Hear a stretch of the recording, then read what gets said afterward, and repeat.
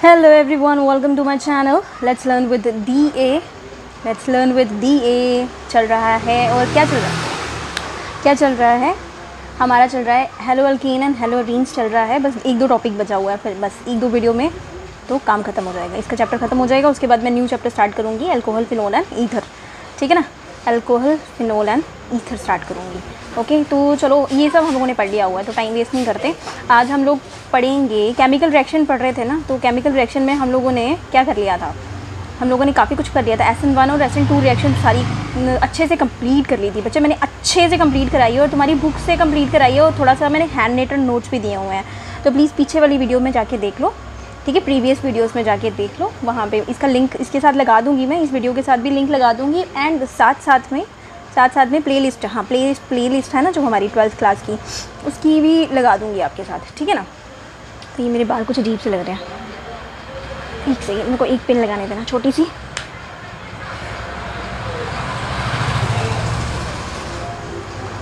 Okay, सो क्या कर रहे हैं हम लोग, केमिकल रिएक्शंस। ठीक है ना, केमिकल फिजिकल प्रॉपर्टीज़ पढ़ ली हुई है, ये सब हम लोगों ने बहुत अच्छे से, बच्चे मैंने बहुत अच्छे से एक्सप्लेन करवाया हुआ है। तो अगर आप देखोगे प्रीवियस वीडियो को तो आप ज़रूर अप्रिशिएट करोगे इस चीज़ को। अब आपको हर चीज़ शॉर्टकट में चाहिए होती है, तो लेकिन जिसने नंबर लेने हैं वो शॉर्टकट तरीका मुझे नहीं लगता। आप एक बार अगर ये सुन लोगे और अच्छे से वीडियो अगर आप देख लोगे, सुन लोगे जो जिस तरह से मैंने एक्सप्लेन किया हुआ है ना, आपको गारंटी देती हूँ, ज़्यादा नहीं तो कम से कम भी ना 100% में से ना 70% 75% आपको अभी याद हो जाएगा। ठीक है ना, मैं ये नहीं बोलूँगी मैं छोटी छोटी ट्रिक्स दे रही हूँ, नहीं, मैंने बहुत अच्छे से एक्सप्लेन किया हुआ है विद आपकी बुक एंड अपने हैंड रिटन नोट्स के साथ। ठीक है, तो ये मैं जानती हूँ, ये मैंने अच्छे से किया हुआ है, तो इसकी तो मैं इसमें कोई दो राय नहीं है और इसमें कुछ झूठ भी नहीं है। ठीक है ना, और ना ही मैं फालतू की एड्स दे रही हूँ कि ये करो वो करो सो करो। सो ये आ गया आपका केमिकल रिएक्शन। केमिकल रिएक्शन में मैंने न्यूक्लियोफिलिक सब्स्टिट्यूशन रिएक्शन मैंने पढ़ा दिया है, इसमें SN1 SN2 था और इसके बीच में स्टीरियो केमिस्ट्री भी थी थोड़ी सी, जिसमें कायरलिटी वगैरह ये सब आता है, ये भी मैंने बहुत अच्छे से पढ़ा दिया हुआ है। ठीक है ना, आई थिंक परसों में मैंने 2 वीडियोज़ डाली थी, फिर मैं कल थोड़ी आलसी हो गई, वो मैंने फनजिला वाली पे मैंने वीडियोस डालना शुरू कर दी, उसमें मैंने ब्रेसलेट वगैरह बना रही थी, तो आप उसको भी देख सकते हो, funzilla.com, उसका लिंक मेरी वीडियो के साथ लगा होता है, जो मेरा दूसरा वाला चैनल है। ये देखो, ये मैंने आपको ये सब करवा दिया, SN1 कौन सी वाली बेटर होती है, SN2 कौन सी वाली बेटर, बुक के क्वेश्चंस तक मैंने आपको समझा दिए हुए हैं, ये सब मैंने करवाया हुआ है, आप प्रीवियस वीडियो देख लो जाके। ठीक है ना, ये सब मैंने एक्सप्लेन कर दिया हुआ है, ये बहुत अच्छे से एक्सप्लेन किया हुआ है, ये भी मैंने पढ़ा दिया, कायरलिटी वगैरह ये बहुत अच्छे से एक्सप्लेन किया है ना। खुद ही बताना पड़ता है, बताना क्या पड़ता है, बताऊँगी नहीं तो फिर आपको कैसे पता चलेगा, है ना। तो पहले मैं खुद के बारे में बताती नहीं थी, मैं आती थी वीडियो देती थी और चलती बनती थी, फिर मुझे बाद में पता चला धीरे धीरे कि खुद को भी तो एक्सप्लेन करना पड़ेगा, क्योंकि बाहर वाला कोई थोड़ी ना आपके बारे में कोई बोलेगा कुछ, है ना। तो so that is the reason. अब मैं अपनी सेल्फ प्रमोशन कर रही, आपने मेरी सेल्फ प्रमोशन वाली एक छोटी सी वीडियो देखी मैंने जो डाली थी। अच्छा, तो आज हम लोग करेंगे, क्या करने वाले हैं, आज हम लोग करने वाले हैं एलिमिनेशन रिएक्शन। क्या करने वाले हैं, एलिमिनेशन रिएक्शन। ठीक है, एलिमिनेशन रिएक्शन करने से पहले आप भी ना ये पढ़ लो, ये लोकेशन, ये जो मैंने खोला है ना, ये आप बड़ा किया है ना मैंने इसको, ये अल्फ़ा बीटा लोकेशन 1 2 3 की लोकेशन तो हम लोगों ने समझ ली है ना, और नहीं समझी तो प्लीज़ प्रीवियस वीडियोस देखो, अपनी 11th क्लास तो पढ़ी होगी, है ना। तो अल्फ़ा और बीटा की लोकेशन का क्या चक्कर है, तो ये ज़रा सा इन्होंने एक्सप्लेन किया हुआ है, तो हम लोग पढ़ ही लेते हैं। तो location of alpha and beta carbon in the molecule, ये जो लोकेशन ऑफ अल्फ़ा और बीटा है कार्बन की, ये क्या है, ये आप बोलोगे अल्फ़ा बीटा क्या है। चलो एलिमिनेशन रिएक्शन पढ़ाती हूँ, फिर उसके बाद मैं बताती हूँ आपको, कि फिर उसके बाद आप मुझे पता है, मुझे पूछोगे अरे मैम अल्फ़ा बीटा कहाँ पे होता है, तो मैं आपको पहले बता दूँगी। चलो ठीक है। सो एलिमिनेशन रिएक्शन क्या रहता है भैया, नाम से ही पता चल रहा है, एलिमिनेशन है ना, नाम से ही पता चल रहा है, एलिमिनेशन है, एलिमिनेट करना है, बाहर निकालना है। ठीक है ना। So when an haloalkane, जब कोई हेलो अल्कीन विद बीटा, आ गया ना, बीटा अल्फ़ा आ गया नहीं, तो beta hydrogen atom is heated with alcoholic solution. ठीक है ना, बीटा हाइड्रोजन आटम है जो कि हीट किया जाता है विद अल्कोहलिक सोल्यूशन ऑफ किसका, पोटाशियम हाइड्रोक्साइड का। ठीक है, KOH हो गया, KOH हाइड्रोक्साइड, OH ग्रुप हो गया, पोटाशियम हो गया, ठीक है। सो देयर इज़ एलिमिनेशन, यहाँ पे एलिमिनेशन हो जाती है हाइड्रोजन आटम की, ठीक है ना, हाइड्रोजन आटम की निकल जाता है, एलिमिनेशन हो जाता है, एलिमिनेट हो जाता है, बाहर निकाल दिया जाता है, ठीक है ना, निष्कासित कर दिया जाता है उसको।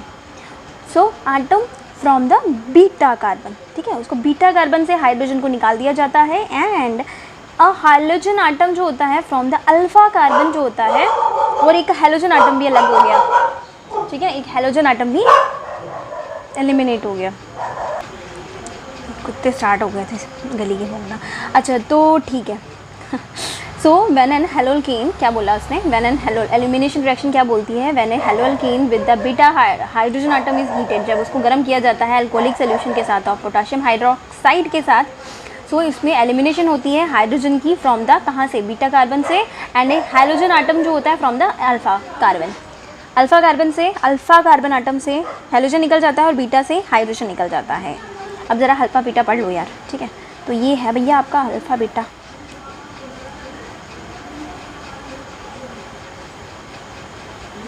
ये यार मैं बीच में रख देती हूँ क्योंकि मुझे एडिटिंग करनी होती है ना, तो फिर गायब हो जाता है, तो ये यहाँ पे रख देती हूँ।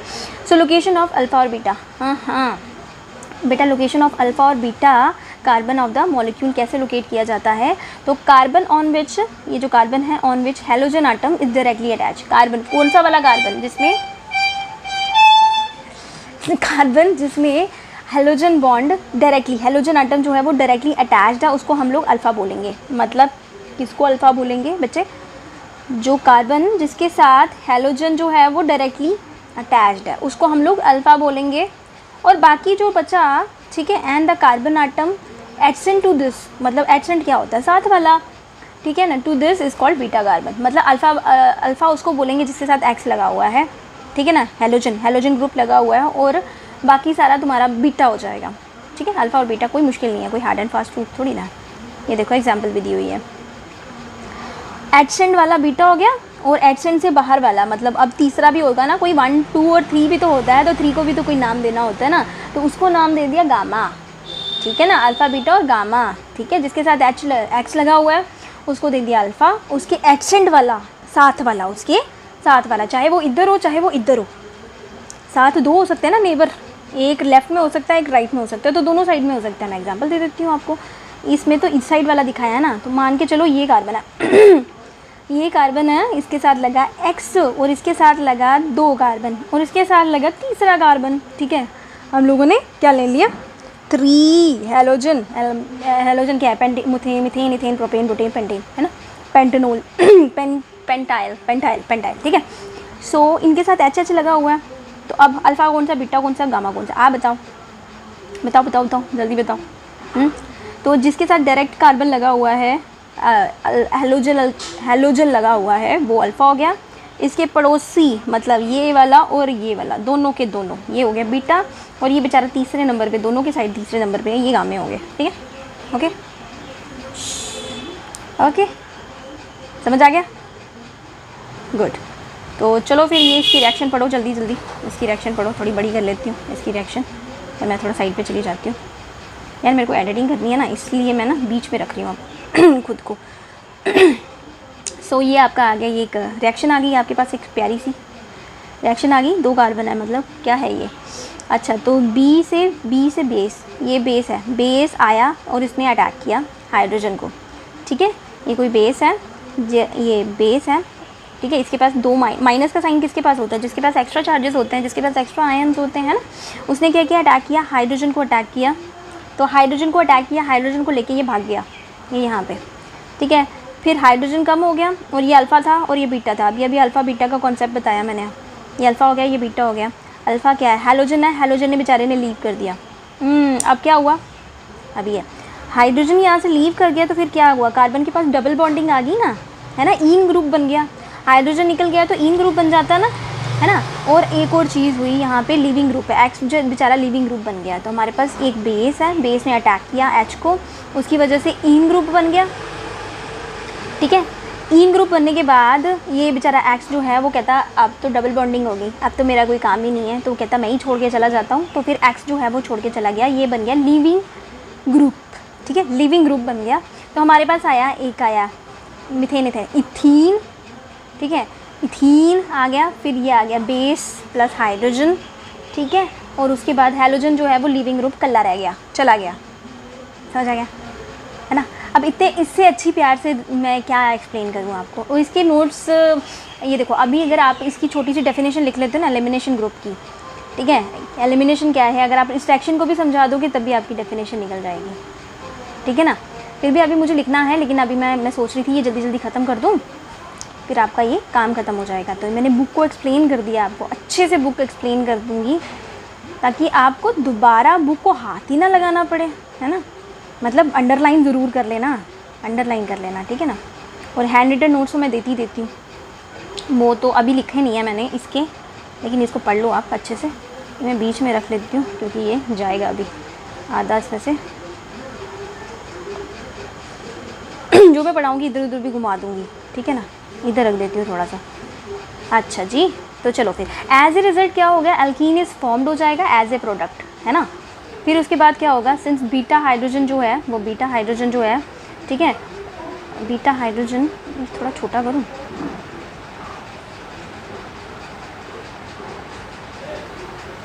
ज़्यादा बड़ा नहीं करती, इतना करती हूँ क्योंकि साइड से कट जाएगा एक्चुअली ना, इसलिए जब मैं एडिट करूँगी तो।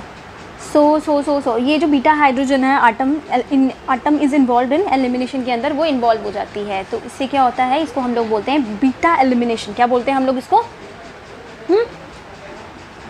क्या बोलते हैं, बीटा एलिमिनेशन। क्या बोलते हैं आज, बीटा एलिमिनेशन, ठीक है, बीटा एलिमिनेशन बोलते हैं इसको। So if there is a possibility of formation of more than one alkene, अगर ये कोई पॉसिबिलिटी है कि एक से ज़्यादा एल्कीन ग्रुप बनेगा, एल्कीन बन जाएगा due to the availability of more than one beta hydrogen atoms, कि बीटा हाइड्रोजन आटम जो है वो ज़्यादा है। हाँ, तो हम लोग क्या बात कर रहे थे, हम लोग कर रहे थे एज ए रिज़ल्ट क्या होता है, एन एल्कीन जो है वो फॉर्म्ड हो जाता है as a product since beta hydrogen जो होता है atom is involve in elimination, इसको बोलते हैं बीटा एलिमिनेशन। उसके बाद क्या बनता है, उसके बाद होता है if there is a possibility of formation, अगर देयर इज़ अ पॉसिबिलिटी, अगर पॉसिबिलिटी है, कभी कभी कंपाउंड बड़ा भी होता है ना, ठीक है ना, तो possibility of formation of more than one alkene group, ठीक है ना। अगर पॉसिबिलिटी है हमारे पास कि एक से ज़्यादा, मैंने जैसे एग्जांपल दी थी ना, यहाँ पे भी कार्बन, यहाँ पे भी कार्बन, ये हैलोजन हो गया, तो ये हैलोजन हो गया, फिर ये अल्फ़ा हो जाता है और ये साइड वाले कार्बन जो है वो बीटा हो जाएंगे। तो नेचुरल सी बात है, अब यहाँ पे हमारे पास more than one alkene group form करने का यहाँ पे हमारे पास स्कोप है ना। तो वाला alkene due to the availability of more than one beta hydrogen atom, ठीक है ना, वन एल्कीन ग्रुप है ड्यू टू द अवेलेबिलिटी, हमारे पास अवेलेबल हैं beta hydrogen atom, usually one alkene, ठीक है, यूजुअली एक एल्कीन होता है, usually one alkene is formed as a major product, एक एल्कीन फॉर्म होएगा due to the major product, मतलब मेजर प्रोडक्ट के तौर पे, and these form part of the pattern first observe by, अच्छा ये किसने ऑब्जर्व किया था, हाँ किसने ऑब्जर्व किया था, ये थे मिस्टर रशियन, ये रशियन केमिस्ट थे अलेक्जेंडर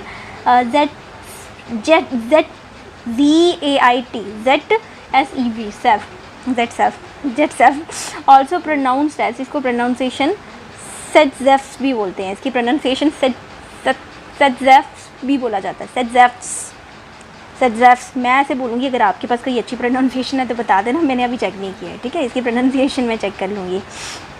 सो इन 1875 में formed a rule which can summarized as in dehydrohalogenation reaction, ठीक है। तो इन्होंने क्या बोला, फॉर्मेशन रूल, उन्होंने फॉर्मुलेटेड एक रूल बनाया, उसको समराइज किया किस नाम से, इन हाइड्रोहेलोजनेशन रिएक्शन, ये इन डीहाइड्रोहेलोजनेशन रिएक्शन, ठीक है, ओके। तो मैं ऊपर आ जाती हूँ। द प्रेफर्ड प्रोडक्ट, ये जो प्रेफर्ड प्रोडक्ट था, in that alkene which has a greater number of, जो ये जो प्रेफर्ड प्रोडक्ट है, ये जो प्रेफर्ड प्रोडक्ट है उसका है, किसका, एल्कीन का जो प्रेफर्ड प्रोडक्ट है, which has greater number of alkyl, जिसमें ज़्यादा एल्काइल ग्रुप है, attach to the double bonded carbon atom, जो डबल बॉन्डेड कार्बन आटम के साथ अटैच्ड है एल्काइल ग्रुप, उसकी बात कर रहा है।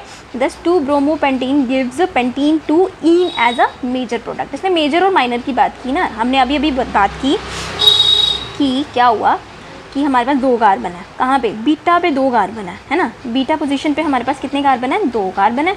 हम रिएक्शन से समझेंगे, ऐसे तो आपको पता नहीं चलेगा, रिएक्शन से समझेंगे, बिना रिएक्शन के समझ नहीं आएगी। सो ये देखो, अब ये छोटा छोटा दिख रहा है आपको, बड़ा करूँगी तो पूरी स्क्रीन पे नहीं आएगी, लंबी रिएक्शन है ना इसलिए, तो थोड़ा सा बड़ा कर लेते हैं, होपफुली दिख रही होगी, है ना। सो क्या बोला इसने, यहाँ पे दिख रहा है अलेक्जेंडर जेस्ट, यहाँ पे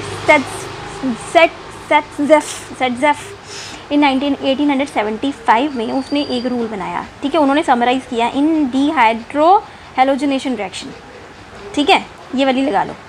द प्रेफर्ड प्रोडक्ट, ये जो प्रेफर्ड प्रोडक्ट है इज़ दैट, कौन है, alkene, which has the greater number of alkyl group, जिसमें greater number of alkyl group है ना, 1 2 एल्काइल ग्रुप है यहाँ पे, attach to the double bonded, attach to the ये डबल बॉन्डेड कार्बन आटम, ठीक है। एल्काइल ग्रुप पूरा का पूरा ले लो ना, एल्काइल ग्रुप सिर्फ एक थोड़ी होता है, मिथाइल थोड़ी होता है, इथाइल भी तो होता है, पेंटाइल भी तो होता है। तो एक एल्काइल ग्रुप ये है डबल बॉन्डेड के साथ, और एक एल्काइल ग्रुप ये आ गया, ठीक है ना, 2 आ गए हमारे पास। तो फिर क्या हुआ, फिर ये हुआ ये हुआ, ये देखो, अब ये ग्रुप है मेन वाला, इससे ये चीज़ भी बनी और ये चीज़ भी बनी, और ये वाली बनी 81% और दूसरी वाली बनी 19%, ठीक है। ये बनी 81% और ये बनी 19%, समझ आई, हाँ, ठीक है।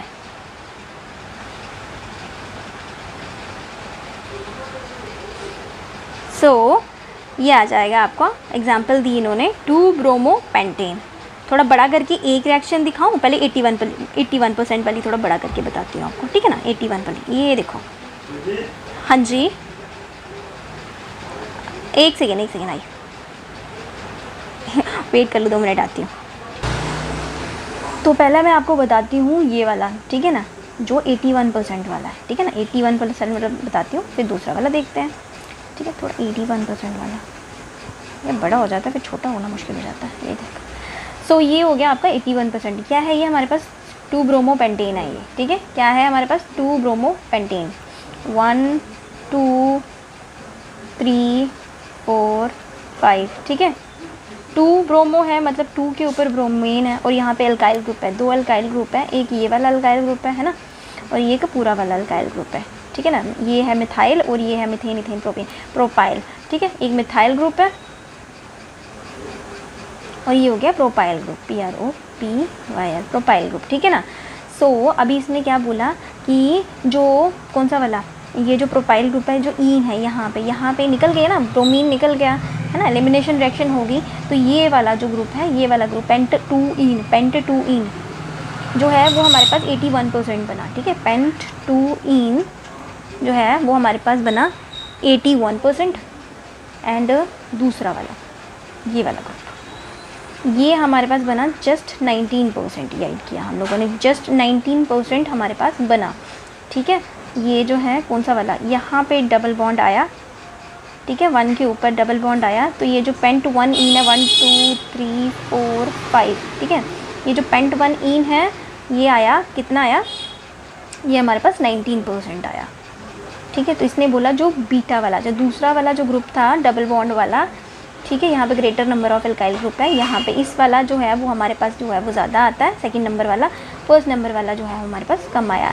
तो एक्सप्लेनेशन एक बार फिर से पढ़ लो इसकी, कि क्या बोला था इसने, कि उसने क्या किया, द प्रेफर्ड प्रोडक्ट, ये जो डी हाइड्रो हेलोजनेशन रिएक्शन में होता है, तो प्रेफर्ड प्रोडक्ट जो होता है इज़ दैट एल्कीन, ठीक है। कौन से एल्कीन को प्रेफर करता है, which has the great number of alkyl group attach, जिसके साथ great number of alkyl group attached होते हैं। अब इस वाले के साथ नहीं है ना, ठीक है, ये वाले कार्बन के साथ अटैच नहीं है ना एल्काइल ग्रुप, तो दैट्स वाई ये कम याइड हुआ, ठीक है, attach to the double bonded carbon atom. तो ज़्यादा अल्काइल ग्रुप अटैच जिसके साथ होते हैं वो ज़्यादा क्वांटिटी में आता है। The 2 bromo pentane gives pent 2 in as a major product, ठीक है जी, ओके। अभी इसको ना हम लोग कर रहे हैं, रीकट कर रहे हैं। तो होपफुली आपको ये समझ आ गया होगा, ये वाला सिस्टम है ना। तो क्या है यहाँ पे, ब्रोमो पेंटेन ने क्या दिया हमें, पेंटीन 2 ईन दे दिया, और हमें 19% जो है वो पेंटीन 1 ईन दे दिया, ठीक है ना, ओके। तो आगे चले थोड़ा सा, तो अगला जो छोटा सा टॉपिक है, इन्होंने डिफरेंस दिया हुआ है, अभी क्वेश्चन भी आता है। तो ये क्या है, difference between elimination versus elimination and substitution reaction है, ठीक है। Difference between elimination reaction and substitution reaction, तो ये एक पैराग्राफ की फॉर्म में दिया है। तो आप एक समझदार बच्चे हो, है ना, तो आप उनको डिफरेंस की फॉर्म में देने वाले हो, है ना। मैं इसको थोड़ा सा बड़ा कर देती हूँ। तो चलो फिर पढ़ते हैं। A chemical reaction elimination versus substitution reaction, क्या डिफरेंस है इसमें। So a chemical reaction is the result of competition. ये क्या कॉम्पिटिशन, ठीक है। इट इज़ अ रेस, ये केमिकल रिएक्शन होती है, कॉम्पिटिशन है। It is a race that is won by the fastest runner, ठीक है ना। केमिकल रिएक्शन क्या है, एक रेस है जो कि जीती जाती है सबसे फास्टेस्ट रनर के द्वारा। मुझे रीड करना बड़ा अच्छा लगता है, मतलब हमेशा नहीं, जब मैं बच्चों को बुक्स पढ़ाती हूँ मुझे बड़ा, क्योंकि बुक्स में बहुत सारी चीज़ें ना नई नई जानने को मिलती हैं। हम लोग शॉर्टकट नोट से पढ़ना तो शुरू कर देते हैं, लेकिन बहुत सारी चीज़ें हमारी स्किप हो जाती हैं। लेकिन अगर हम लोगों ने रीडिंग की हो, बुक रीडिंग करते हैं ना बच्चे, इसमें इतनी इतनी अच्छी अच्छी चीज़ें होती हैं ना, बड़ा मज़ा आता है। अब ये लाइन जो है, अगर आप ये नॉर्मली आपके टीचर आपके सामने बोलते, तो उन टीचर्स ने कहाँ से पढ़ी, कहीं ना कहीं से तो पढ़ी होगी ना। ये देखो बुक से ही डायरेक्टली है, तो कितनी अच्छी सी लाइन लिखी है। केमिकल रिएक्शन क्या है, रिज़ल्ट है, एक कंपटीशन है जिसमें सबसे तेज़ जो भागेगा वही जीत जाएगा, है ना।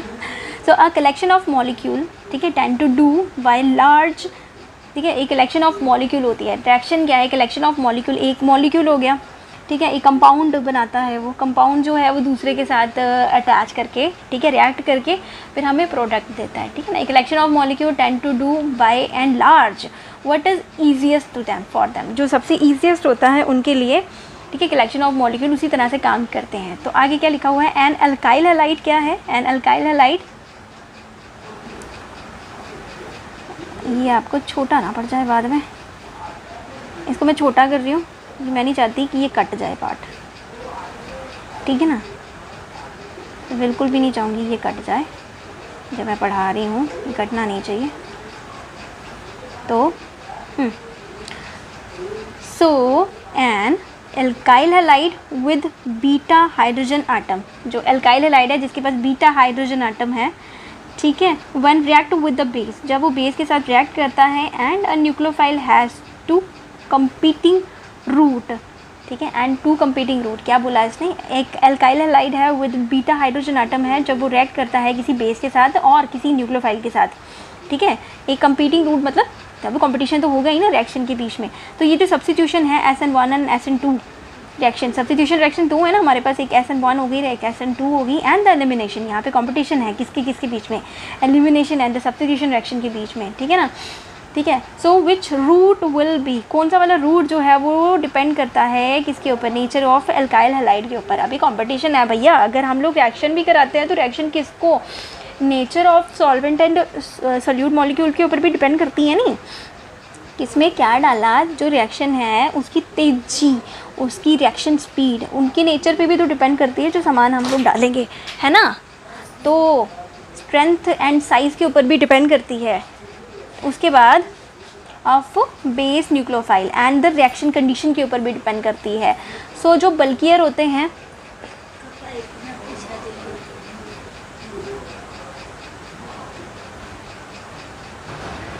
हाँ, तो मैं कहाँ पहुँची थी, यहाँ पे, ठीक है। सो ये क्या हो गया है, जो बल्कियर है, जो बल्कियर न्यूक्लियोफाइल है will prefer to act as a base, तो जो बल्कियर है, जो बड़ा वाला होगा, जो भारी वाला होगा ना, उसको हम लोग प्रेफर करेंगे act as a base and abstract a proton, मतलब प्रोटॉन को एब्स्ट्रैक्ट करना है, निकालना है, rather than approach a tetravalent carbon. हम लोग टेट्रावेलेंट कार्बन को अप्रोच करने से ज़्यादा बेटर हम लोग बल्कियर न्यूक्लियोफाइल को वो करेंगे, अटैक करेंगे, सो दैट हमारा वो आराम से निकल जाए, ठीक है ना, स्टीरिक रीज़न की वजह से, या फिर वाइस वर्सा, उल्टा भी हो सकता है। तो similarly a primary alkyl halide जो होता है, जो प्राइमरी अल्काइल हैलाइड है ना, प्राइमरी पता ही है 1 डिग्री का साइन होता है उसके ऊपर, और एक कार्बन लगा होता है, याद रखना, एक हैलाइड ग्रुप अल्काइल ग्रुप भी लगा होता है, मतलब एक ग्रुप लगा होता है सिंपल, एक, बाकी HHH, दैट इज़ प्राइमरी, ठीक है। तो विल प्रेफर SN2, ये जो होते हैं प्राइमरी अल्काइल हैलाइड, वो कौन प्रेफर करता है, ये SN2 रिएक्शन करते हैं। सेकेंडरी अल्काइल हैलाइड हम लोगों ने पढ़ लिया है सब्स्टिट्यूशन में, ठीक है ना, ये SN2 प्रेफर करते हैं। एंड एलिमिनेशन किसके ऊपर डिपेंड करती है, स्ट्रेंथ के ऊपर, पावर के ऊपर, एलिमिनेशन किसके ऊपर डिपेंड करती है, इसका डिफरेंस मैं आपको दे दूँगी, डोंट वरी, मैं आपको दे दूँगी, अभी शायद अभी दे दूँगी। Difference depend upon the strength of the base and nucleophile and tetrahalide. फिर SN1 जो है और एलिमिनेशन जो है वो डिपेंड अपॉन द स्टेबिलिटी। ये जो एलिमिनेशन है वो किसके ऊपर डिपेंड करती है, ये देखो सारे डिफरेंस दिए हुए हैं, SN1 टेट्राहेलाइड और किसके ऊपर SN2, और elimination depend upon the strength. अच्छा, SN2 और ये जो एलिमिनेशन होती है ये बेस ऑफ स्ट्रेंथ, बेस के स्ट्रेंथ के ऊपर, बेस या न्यूक्लियोफाइल की स्ट्रेंथ के ऊपर डिपेंड करती है। एंड ये जो टर्शरी है हेलाइड SN2 और एलिमिनेशन रिएक्शन डिपेंड किसके ऊपर करती है, स्टेबिलिटी ऑफ द कार्बोकेटाइन के ऊपर, ठीक है। एंड मोर और द मोर सब्स्टिट्यूटेड एल्कीन, और जो भी सब्स्टिट्यूटेड एल्कीन है उसके ऊपर भी।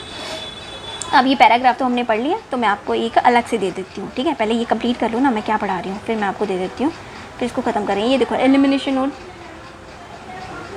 सब्स्टिट्यूशन रिएक्शन, ठीक है।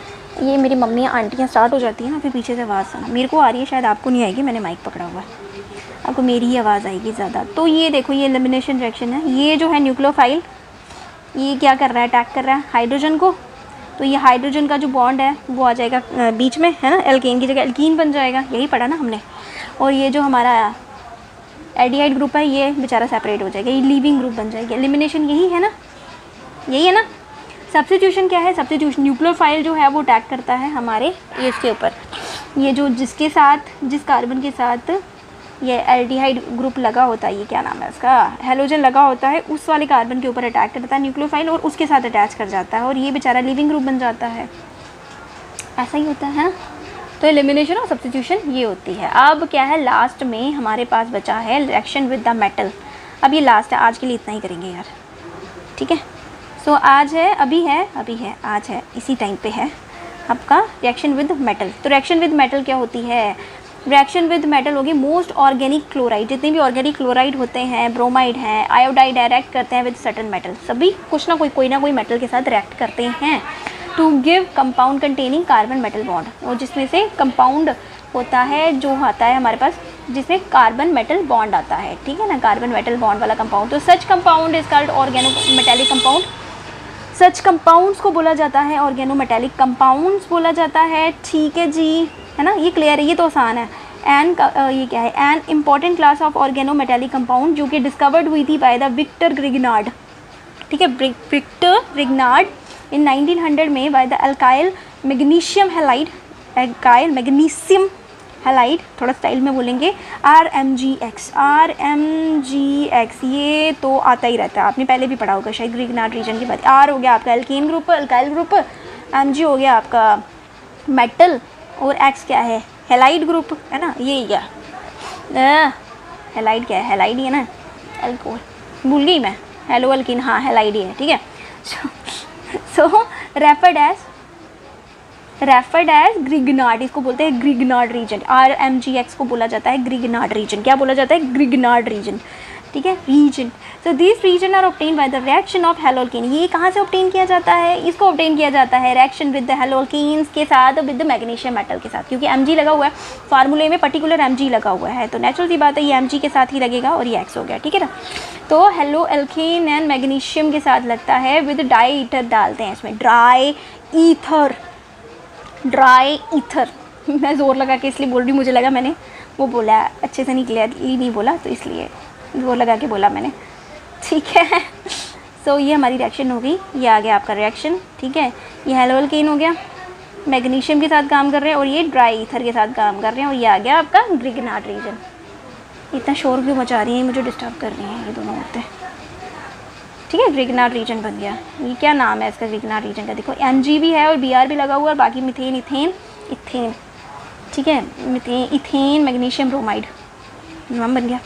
और कुछ है बचा हुआ, सो ये ग्रिग्नार्ड के बारे में कुछ दिया हुआ है, पढ़ लो यार, पढ़ लो, अब आपको रीडिंग करवा ही रही हूँ तो फिर पढ़ लो पूरा, क्या है ये वेक्टर ग्रिग्नार्ड के बारे में थोड़ा सा पढ़ लो, है ना, कोई और तो आपको बताएगा नहीं, मेन में नोट्स ही रहेंगे सारे के सारे, एक मैं ही हूँ जो पागल आपको पूरी बुक पढ़ाती रहती है ना।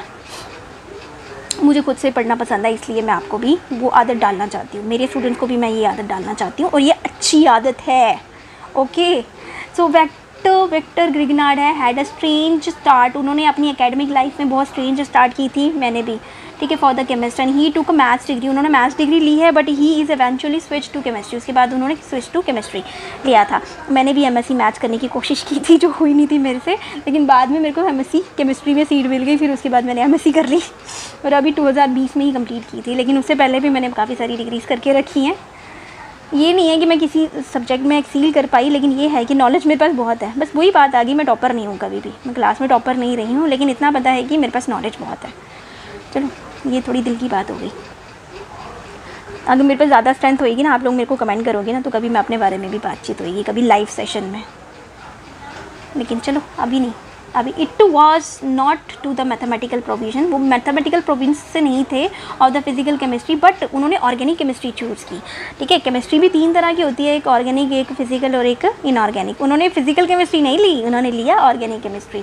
ठीक है, while attempting to find an efficient catalyst, उन्होंने एफिशिएंट कैटलिस्ट बनाना चाहते थे by the process of methylation.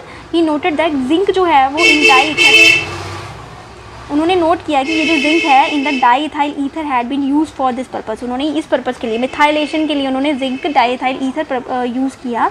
And wonder whether, उन्होंने वंडर मतलब उनको हैरानी हुई कि वेदर एमजी ईथर जो है वो combination might be the successful, लेकिन एमजी जो मैग्नीशियम है वो इस रीजन के लिए सबसे ज़्यादा सक्सेसफुल हो सकता है। तो ग्रिगनार्ड रीजन जो है वो the first reported in 1900 and the Grignard जो है वो use this work for the doctoral thesis, मतलब पीएचडी के लिए उन्होंने ये वाला टॉपिक यूज़ किया। ठीक है, और अभी तक यूज़ हो रहा है। ग्रिगनार्ड रीजन जो है वो हर जगह ही ऑलमोस्ट यूज़ होता है मेन रिएक्शंस के बेस पे।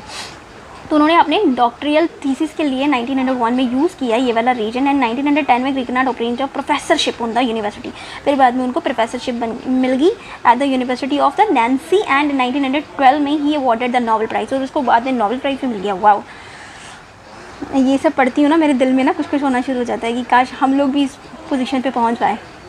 ठीक है, विच ही शेयर्ड विद द पॉल, वो किसके साथ शेयर किया उन्होंने? नोबेल प्राइज़ भी कल्ला थोड़ी ना मिलता है, उसके साथ कोई ना कोई साथी रहता है। तो वो किसके साथ शेयर किया उन्होंने? पॉल सेबेस्टियर, ठीक है, who had made advance in निकल कैटलिस्ट हाइड्रोजनाइजेशन, उन्होंने और एडवांस निकल कैटलाइज्ड हाइड्रोजनेशन दिया। तो मज़ा आया पढ़ने में, मुझे तो अच्छा लगा पढ़ के।